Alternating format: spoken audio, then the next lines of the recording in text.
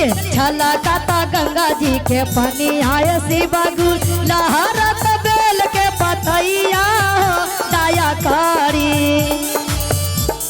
लहरत बेल के पतैया दया करी दया करी। हाजी पड़ल बानी कंचन पर मुसीबत दया करी।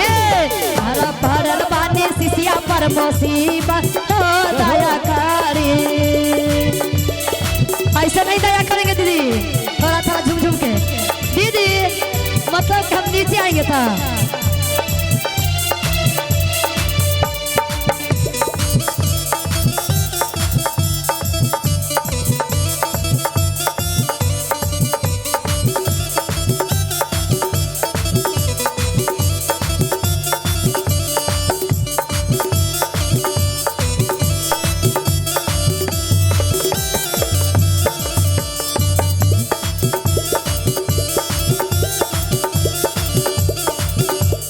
छलकता गंगा जी के पनिया शिवा गुरु।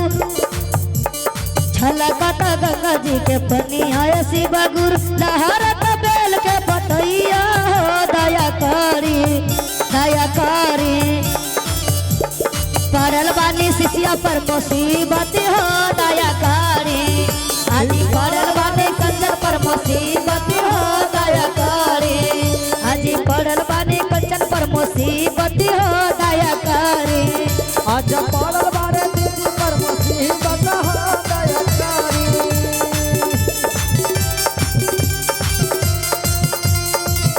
दीदी हो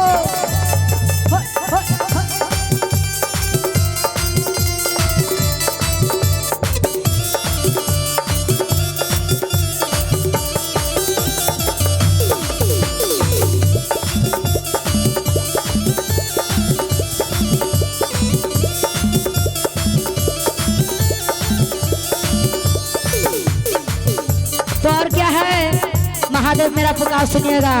गुरुदेव हम किनको से दुख सुनाएंगे, आप ही से सुनाएंगे। नहीं बाटे हमरा गुरु घर भदुआरबा, नहीं बाटे हमरा गुरु घर भदुआरबा। नहीं बाटे धन दौलतबा, नहीं बाटे हमरा गुरु धन दौलतबा। नहीं बाटे घर भदुआरबा हो दया करी दया करी दया करी। हाजी पड़ल बानी कंचन पर मुसीबत हो दया करी। आज पड़ल बारे कंचन पर मुसीबत हो दया करी। आज पड़ल बारे दीदी पर मुसीबत हो दया करी। जय हो जय हो, क्या बात है दीदी। चाची झुम झुम के कमर हिला हिला के नंबर बता दीजिए दीदी।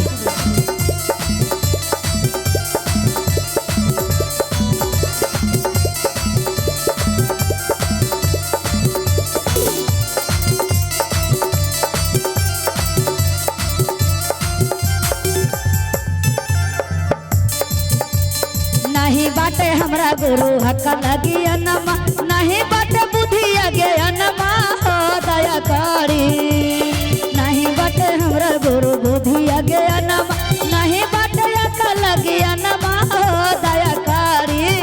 तो और क्या है भैया, कहते हैं क्या, लोगावा कहे नया ना बुधिया हो दया करी। आदि लोगावा कहे ना बुधिया जी दया करी दया करी। ये शिव गुरु करी जी दया करी।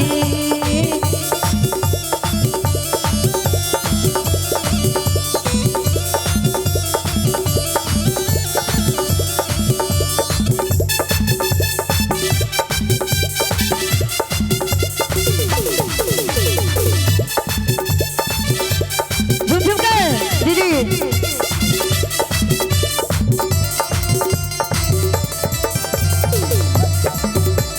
जय हो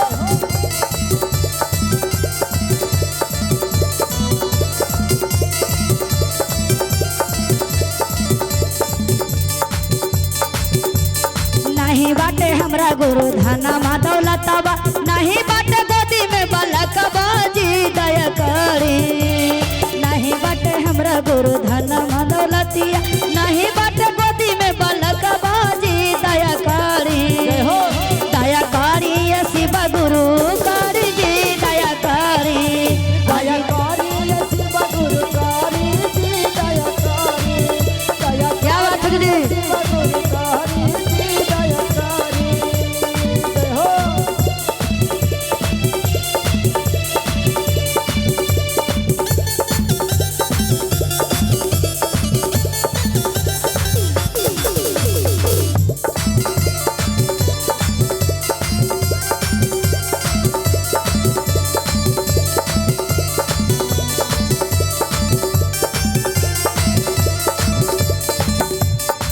छलकता गंगा जी के फनी आए शिव गुरु लहरत बेल के पतैया हो दया कारी छलकत बदन के पानी आए शिव गुरु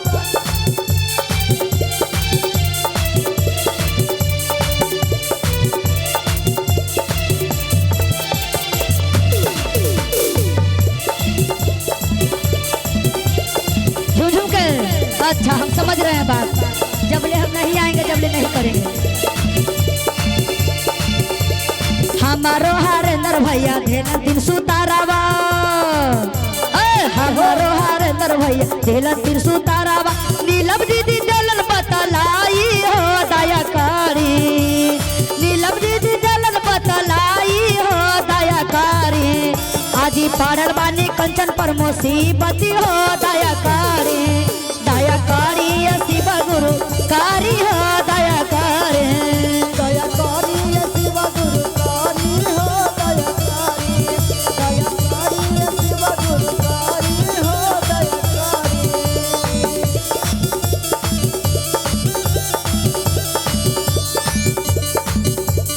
पहिला में दया मंगिया दूसरा में चर्चा पहिला में दया मंगिया दूसरा में चर्चा तीसरा में नाम शिव प्रणामिया हो दयाकारी शिव गुरु कारी हो दयाकारी शिव गुरु कारी हो दयाकारी शिव गुरु कारी हो दयाकारी शिव गुरु कारी हो दयाकारी शिव गुरु कारी हो दयाकारी